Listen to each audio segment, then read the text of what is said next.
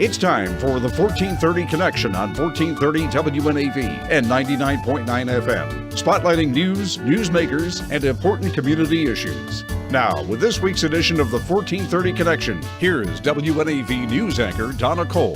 Welcome to the 1430 Connection. I'm Donna Cole. In the studio with me today are two very special guests. I have Bill Shipp here. He's from Bowie, and Crissy Fuentes. She's from Puerto Rico, but she lives in Annapolis. Welcome to the both of you. Good morning, Donna. Good morning. So the reason why I say they're very special, first, let's start with, and this is a question that nobody likes to be asked. Crissy, how old are you? Ooh. I know. I just turned 59. Happy birthday. Bill? 56. 56. So both in their late 50s, and they are endurance athletes like you cannot even believe. Bill Shipp, he's done the Triple Crown, what's called the Triple Crown in open water swimming. Bill, what does that mean? Well, it's a series of swims that include the English Channel, the Catalina Channel, which is a swim from Catalina back to the mainland, and then a swim around Manhattan. What's the mileage? And Crissy, I'll get to you. Ask him the What's the mileage on all of those? So the English Channel is about 21, 22 miles. I think Catalina is about 20 miles, and Manhattan is 28 miles. But interestingly, it's the fastest of the three because the currents are in your favor. And these all take place at night? You're pretty much assured that on Catalina and the English Channel, you'll at least start in the night and swim through the day. Also, we should mention you are a cancer survivor. I am. And kind of recent when you put it into when these swims took place. When did you go through your battle with cancer? Well, I was diagnosed in 2010 and had my surgery in 2011. And the first swim took place? 2014. Which is just amazing. Crissy is a triathlete. Is there a word for you? Is it an addict? You're a frequent offender? Do you ever stop doing these races? It's a lifestyle. Okay. That's how I better describe triathletes because, it's a lifestyle. You don't stop training. Because when you're doing one thing, you stop doing the other, and then you move on to the other, and it's a lifestyle. And I should mention, you, at one time during your life, you were also a professional athlete. I was a tennis player. Mm-hmm. That's my background. I never went pro. Okay. I did play, I was All-American in college. I graduated from college and got married and had kids, so I never played for money. I played for Puerto Rico, represented Puerto Rico, and my school.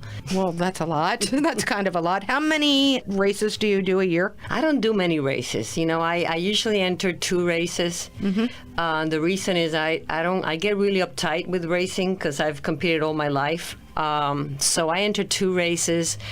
What I really love is the training. And if I don't enter at least 2 races, then my family doesn't let me train. That's my excuse to, hey, I got to train. And then, I usually qualify for Worlds, so that adds up to 2 more races. Okay, so most recently, April 2016, the USA Triathlon National Challenge competition, is that correct? We have a challenge that we do like a club level. Mm-hmm. Is that what you're talking about? Yeah. Where it's a fun competition where you log all the mileage that you do. It's fun. It's fun. Okay. It's just a matter of how much mileage you do. Like the swimmers, like Bill, how much mileage they put in February. We have that, but 3 months. So we have December is all swimming, January is all biking, and February is running. But you can do all 3 months, but that's what you add up. And when did all this start for you, Crissy?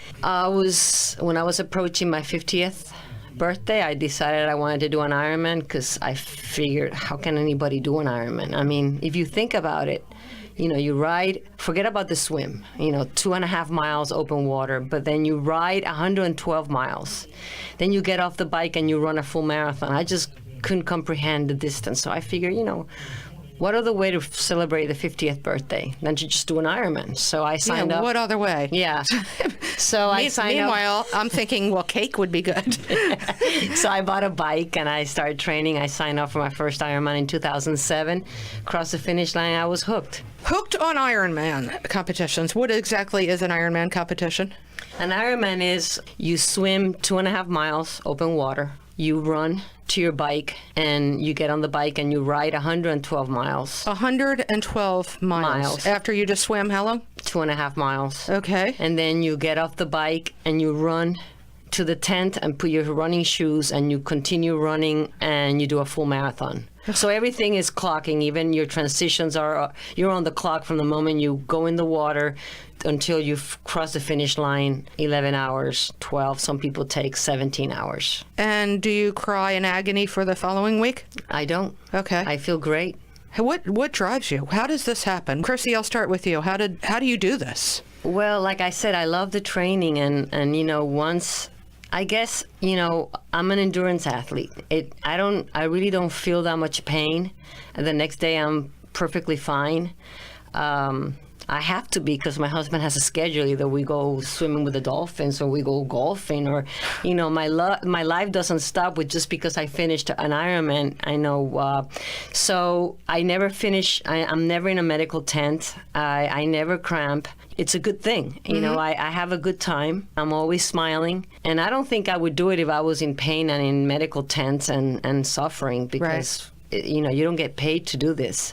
You do it for fun. So I do have fun. I feel good. I can actually finish the race and enjoy myself. It's a way of life. If you could see me right now, you'd see that my chin is still dropped down in this disbelief. Bill, we're going to come back to you and figure out how you're driven. What makes you do what you do? I'm Donna Cole. This is the 1430 Connection. We will be right back.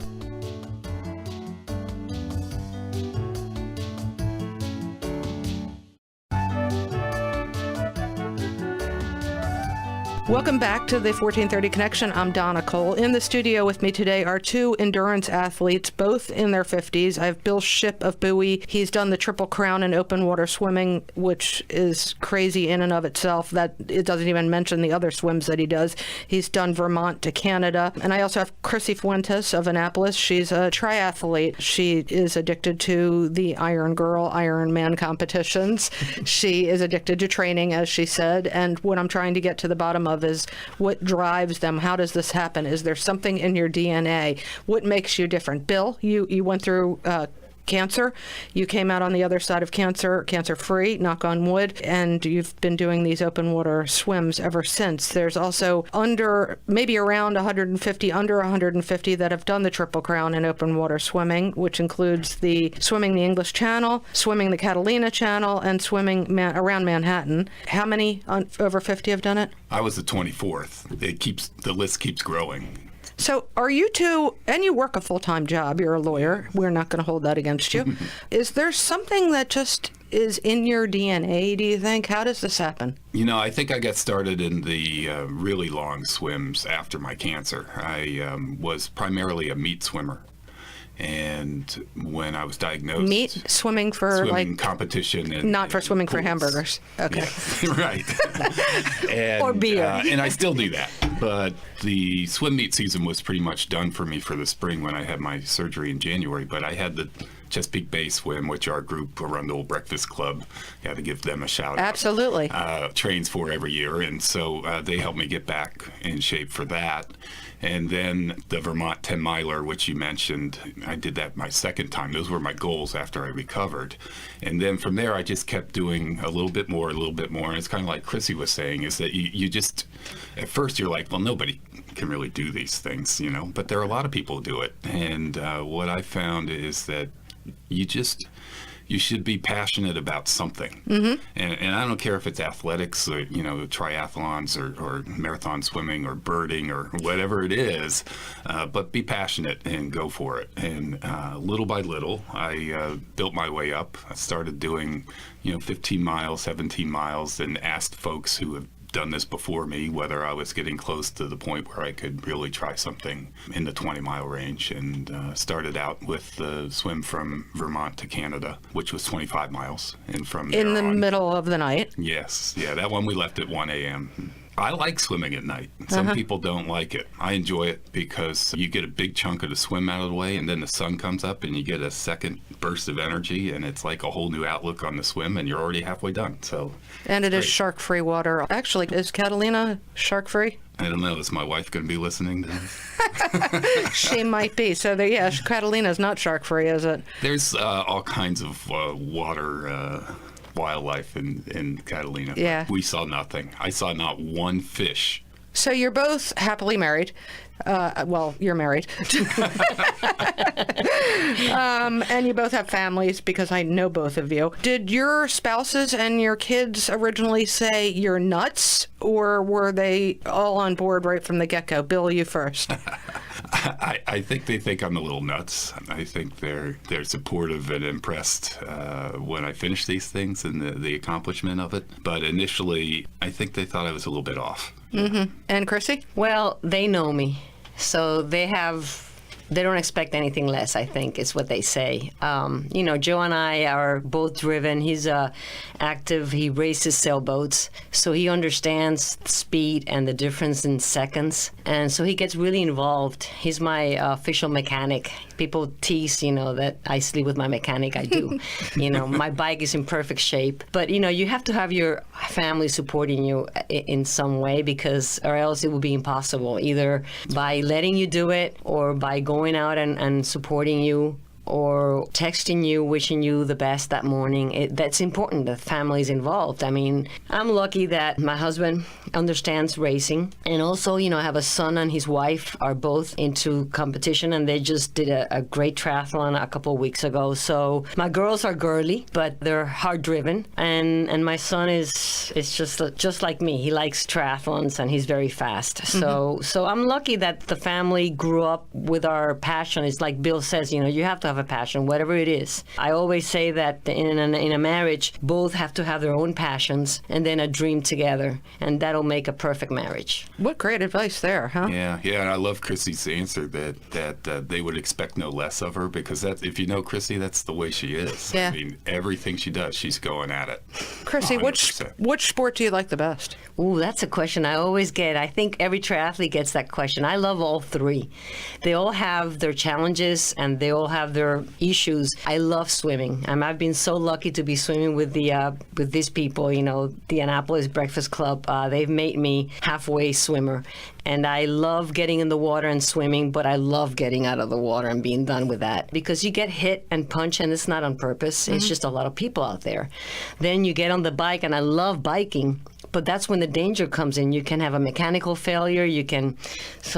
Crashing is hard because you have to have a lot of distance between bikers. There's no drafting in triathlons, not like when you see the Tour de France. There's have to be like 6 bikes length in between.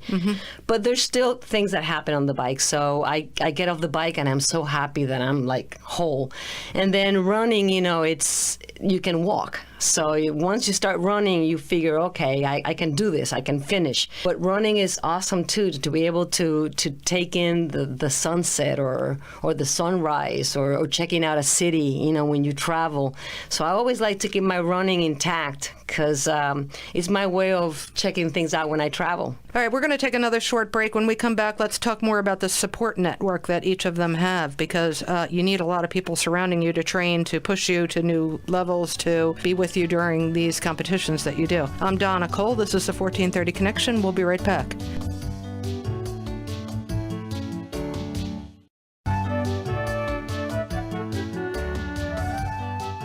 Welcome back to the 1430 Connection. I'm Donna Cole. In the studio with me today are two incredible, maybe crazy, endurance athletes. They're both over 50. Bill Shipp of Bowie, he's a cancer survivor, and then Crissy Fuentes of Annapolis. She's a triathlete. She does the running, the biking, and the swimming. Bill is open water swimming. Bill, how much has that support network been involved with what you do? You need support every step or stroke along the way, right?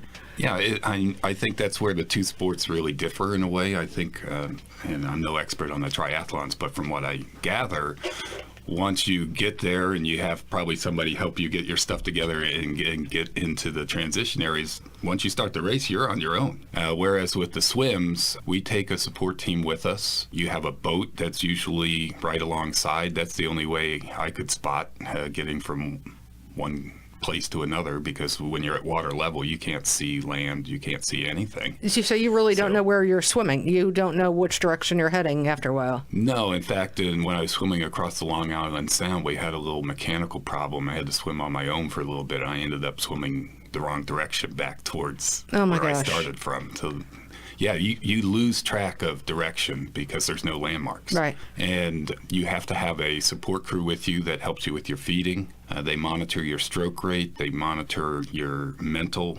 attitude. Feeding. You're eating while you're swimming? Yeah. And how's that work? Well, the rules are you can't touch the boat. You can't touch another person. I have water-based nutrition drinks. So you're not eating a steak out in the middle? No, but you can have solid food. Okay. Anything you can fit into like a baggie that you can put on a bottle with a rubber band. What's the craziest thing you've eaten? Peanut butter, sandwiches, Protein. bananas, It's all protein, right? Cookies. Yeah, protein, but also things that might just pick you up, because there's a long period of time. At some point, you're going to hit the wall, and it's nice to have something just to break up the monotony and the pain of what you're going through. But your support crew is there to monitor. It's not just for the feeding. It's also, a lot of these swims are cold water swims, so they have to keep track of how you're doing with your body and your stroke rate to make sure you're not getting hypothermic. And that's a very important part of marathon swimming is the safety of the swimmer. Has that ever happened or come close? Not to me. Good. No, I know people who have been pulled for hypothermia. They've all recovered, thankfully, but it's a very tricky thing. You have to keep an eye on the person who's swimming, and the person who's swimming doesn't want to get out and doesn't want to quit. But I think those of us who are really dedicated to the sport understand the importance of that aspect and really don't argue too much. And ultimately, in the Catalina and the English Channel, the captain has the final say. And if he says you're out, you're out. And the captain has a lot of experience with these open water swims, so they know. Yeah, they do this every season. There's a group within the association that you sign up with, so there's a handful with each of these swims. So they know it. A lot of them are commercial fishermen, so they're sometimes a little rough around the edges, but they know how to get you through, and you just trust them. They'll give you the best course. And for those that have never seen this happen before, there is tracking that takes place all through along these swims that the people are sharing on social media. So when Bill was doing the English Channel, when he was doing any of these swims, we knew exactly where he was all along. Crissy, support network doesn't mean as much to you. This is more solo. You're on your own. We're not allowed to have any support. My husband can't even tell me in what position I am, because that's outside aid. And any outside aid, you get disqualified. So anything I need, I have to have on me. We do have transition, so whenever I transition to my bike, whatever I need, I usually have, my nutrition is all liquid or gels. I don't need anything solid. And then we do have at half point on the bike and half point on the run, we have a bag to replenish in both sports. But that's about it. I mean, we can't.